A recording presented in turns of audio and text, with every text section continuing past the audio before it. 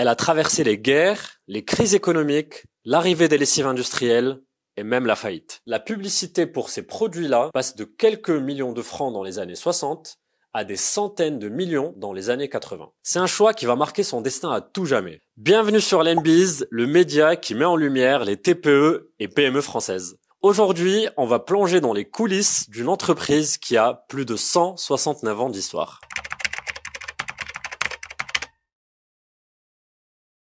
J'ai envie de vous parler d'une PME qui a 169 ans d'histoire et qui vend ses savons dans le monde entier. On est en 1856 à Marseille, Napoléon III est au pouvoir et une petite fabrique ouvre ses portes, la savonnerie Fer à Cheval. Il faut savoir qu'à l'époque, on fabriquait des savons à la main dans des chaudrons brûlants. La savonnerie Fer à Cheval est l'une des toutes dernières savonneries artisanales encore en activité. Elle a traversé les guerres, les crises économiques, l'arrivée des lessives industrielles et même la faillite. Retour sur une histoire d'artisanat, de crise et surtout de résilience. L'histoire de Fer à Cheval commence même avant sa création officielle en 1856. Dans les années 1850, c'est pas encore une savonnerie, mais une fabrique de bougies. À l'époque, l'éclairage public est encore rare et les bougies sont donc indispensable. En 1856, un gros changement s'opère. La société se reconvertit dans la fabrication de savons de Marseille. C'est un choix qui va marquer son destin à tout jamais. Ce revirement a eu lieu parce qu'à cette époque, l'hygiène devient un enjeu de santé publique et la demande pour le savon explose. Et comme tout entrepreneur, les fondateurs de cette époque ont sauté sur cette opportunité. Pendant cette période, Marseille est la capitale mondiale du savon avec plus de 100 savonneries en activité. La raison est simple, c'est que l'huile d'olive, qui est l'un des ingrédients principaux, est une ressource abondante à Marseille.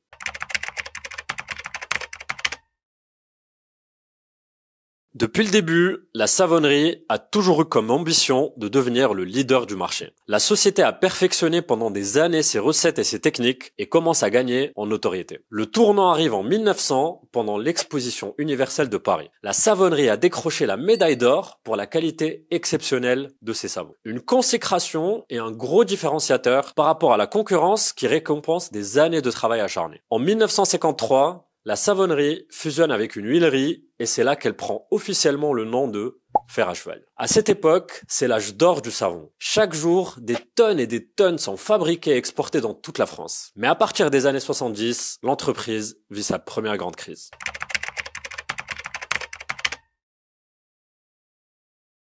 À partir des années 70, la mondialisation s'accélère. La grande distribution remplace les petits commerces spécialisés et les lessives modernes, les gels douche et les shampoings comme on les connaît aujourd'hui inondent les rayons et les foyers. Les industriels comme L'Oréal et Unilever investissent énormément dans la publicité. En France, la publicité pour ces produits-là passe de quelques millions de francs dans les années 60 à des centaines de millions dans les années 80. En quelques décennies, 90% des savonneries de Marseille ferment leurs portes et aujourd'hui, il n'en existe plus que 4. L'industrialisation et l'arrivée des géants industriels ont fait passer le savon de Marseille de produit du quotidien à un produit démodé et vieillot. Pari réussi pour les industriels, en 1980, ils ont plus de 80% de part de marché. Fer à Cheval connaît un ralentissement brutal et fait face à beaucoup d'imitations. Parce qu'il faut savoir que le savon de Marseille n'est pas une appellation protégée. 80% des savons qu'on retrouve dans les supermarchés n'en sont pas réellement, parce qu'il ne respecte ni le procédé de fabrication traditionnel et contient des ingrédients chimiques. Pour la petite histoire, le vrai savon de Marseille ne contient que 4 ingrédients: de l'huile végétale, du sel, de la soude et de l'eau.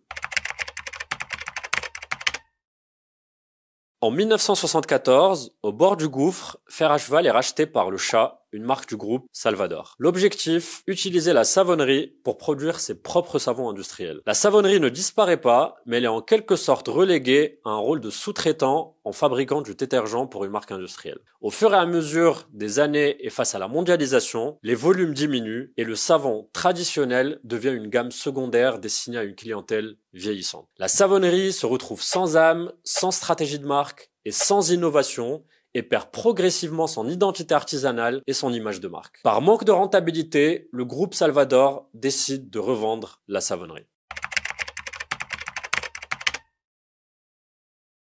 En 2003, un nouveau propriétaire reprend l'activité de la marque Fer à Cheval, la compagnie des détergents et du savon de Marseille, qui est représentée par un ancien dirigeant de Procter & Gamble. La société a pour objectif de continuer à perpétuer cette recette ancestrale des savons. Mais avec toujours plus de concurrence des produits industriels et la diminution de la demande pour les savons traditionnels, c'est mission impossible. Cette période a été marquée par une lutte constante pour maintenir la pertinence de la marque sur un marché qui est en pleine mutation. Et malgré tout le savoir-faire, les réalités économiques ont conduit l'entreprise à une situation précaire.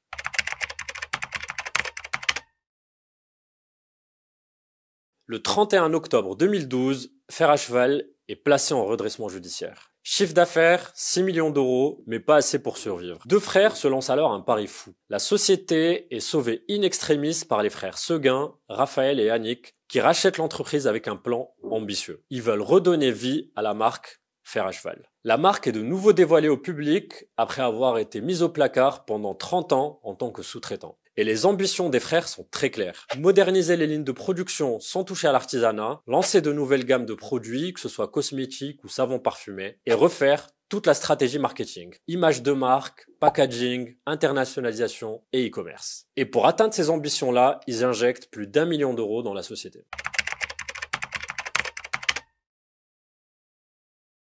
Le succès est enfin là. En 2020, la savonnerie a atteint un chiffre d'affaires record de 8 millions d'euros avec plus de 20% de ventes à l'international.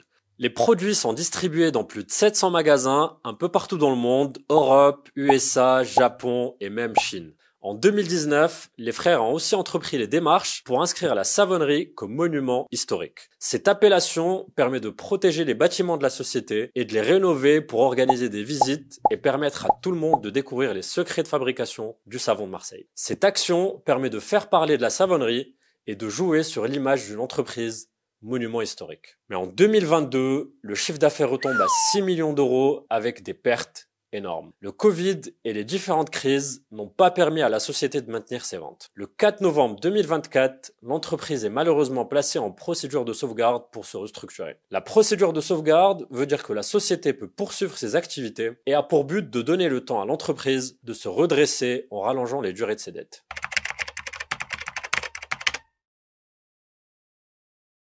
Mais quelle histoire de fou! En 169 ans, l'entreprise a vécu plusieurs vies, a été témoin d'une succession de régimes, de guerres, de crises, de propriétaires, et une chose n'a pas bougé, son savoir-faire. L'histoire de Fer à Cheval, c'est l'histoire de toutes les PME qui doivent se battre pour se réinventer et innover. Et dans un monde qui évolue à toute vitesse, et notamment avec l'intelligence artificielle aujourd'hui, aucun business n'est intouchable. Les plus grandes marques disparaissent, les modes changent, mais ceux qui s'adaptent trouvent toujours une place. On peut survivre à la mondialisation, au rachat, aux crises, tant qu'on sait évoluer sans trahir son ADN. Alors que ce soit pour une entreprise centenaire ou une start-up, la question est toujours la même. Comment on fait pour ne pas être dépassé ? Merci d'avoir regardé la vidéo jusqu'au bout, j'espère que ça vous a plu. N'hésitez pas à liker, commenter et à vous abonner à la chaîne. Et surtout, allez sur le site de la savonnerie Fer à Cheval pour découvrir du vrai savon de Marseille.